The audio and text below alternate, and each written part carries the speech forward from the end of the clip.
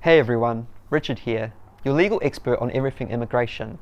I wanted to make a follow-up video to my discussion about the proposed changes, which have a new enforcement date on the 28th of August. Now, a lot of people are talking about the changes to the skilled migrant category. You know, the most common way to get residence in New Zealand. If you're interested in hearing my thoughts about the SMC changes and seek some general advice, I'll leave a link to that video at the end. Another topic which has only recently been getting attention in the media lately is the amendments to the temporary migrant work settings. While the government has decided a few days ago to tweak the numbers a bit, the essence of the new policy is essentially the same. So I, being the humble, compassionate person that I am, wish to educate you all on exactly what is happening. If you, a family member or a close friend, is on or will be on any work visa, these amendments could have a serious impact on you.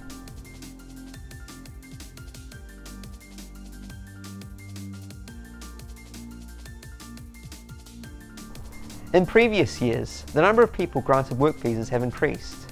In fact, in the last 4 years, there was an increase of 11% in essential skills visa approvals. The numbers of migrants are increasing in industries with lower skilled jobs, lower wages, and lower productivity. To understand the upcoming changes, it is good to have a basic grasp of the essential skills visa policy. The purpose of the policy is to help employers bring in workers on a temporary basis, where local labour is not available. In layman's terms, local workers are given first priority. If an immigration officer accepts that there are no New Zealand citizens or residents available or trainable, your employer can hire you, so long as the employer is paying the market rate that people make for that particular position. Currently, the way immigration determines how your position is skilled is by the Australian and New Zealand Standard Classification of Occupations, otherwise known as ANSCO for short. ANSCO classifies occupations into 5 skill levels, with level 1 being the highest and level 5 being the lowest. The ANSCO tries its best to provide an accurate description of all possible roles in Australia and New Zealand. It does this by listing the tasks necessary for an employee to perform their job. Basically, it's a list of duties. However, the government is starting to realise that while ANSCO is useful in classifying an occupation, it does have its flaws in determining skill levels of real jobs out there in the New Zealand market. What we have is a growth of essential skills visa holders, which are classified by ANSCO as skilled, but are on low incomes, which points out that maybe some of these jobs are not highly skilled at all. This brings us to the first change. Remember how I said that a job skill level is set by the ANSCO? Well, plans have been put into motion to introduce remuneration thresholds to decide whether a position is higher skilled, mid-skilled or lower skilled. Take a good long look at this table, ladies and gentlemen. If you're earning below the amount of $19.97, no matter what ANSCO skill level your position is classed as, you will be considered lower skilled. Originally, the going rate was $23.49, just like with residents. Did I think that threshold was too high? You bet I did. Essentially, the proposals were opening up the floodgates for immigration to start declining applications left, right and centre for educated labourers earning below $23.49. It looks like our dear Prime Minister has decided to rethink the government's position. I guess those farm employers have been applying the pressure on them lately, and I can see why. The whole point of the Essential Skills Visa policy is to fill a skill shortage in the market. New Zealand needs people to develop the infrastructure, build the roads, build the houses and so on.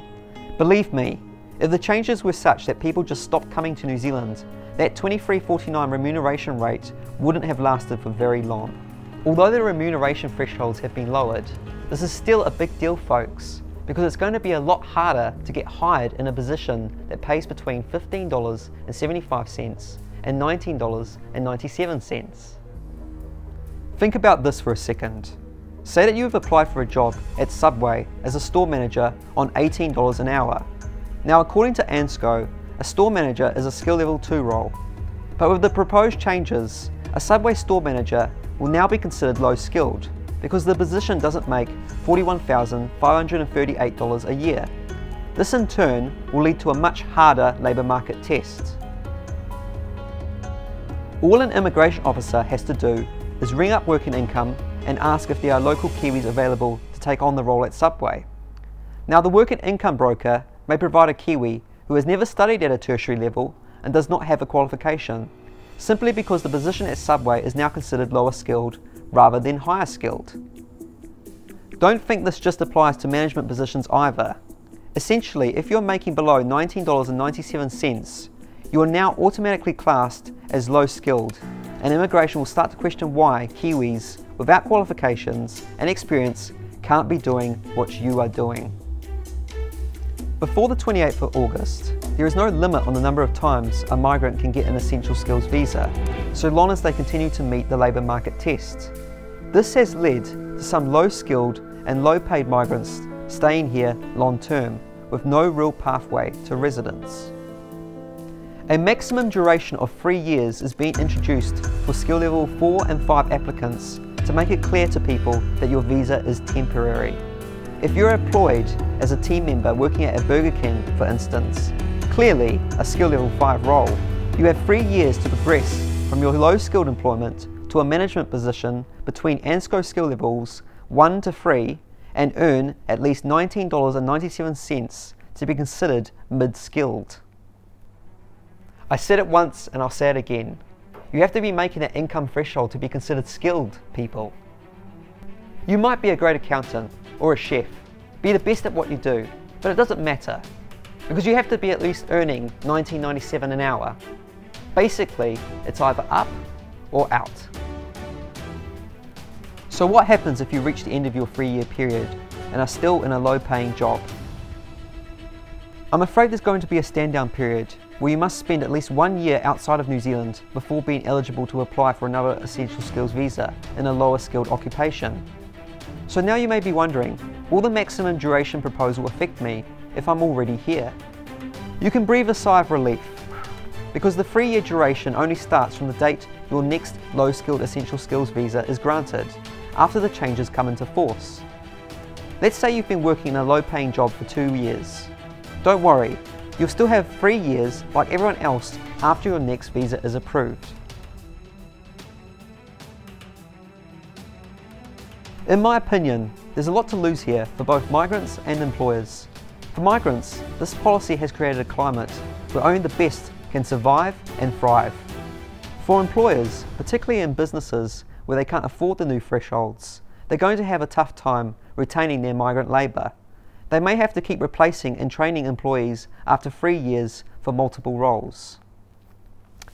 The one positive I can see from this is the pressure put on employers to drive wages up for everybody. It's going to get difficult for lower income earning migrants to bring their partners and children to New Zealand.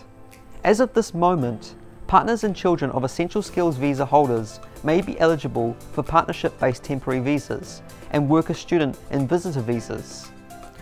Following the changes, partners and children of lower skilled essential skills visa holders are no longer eligible for the visas based on their relationship to the primary applicant. Instead, they'll be able to stay in New Zealand if they meet the requirements for a visa in their own right.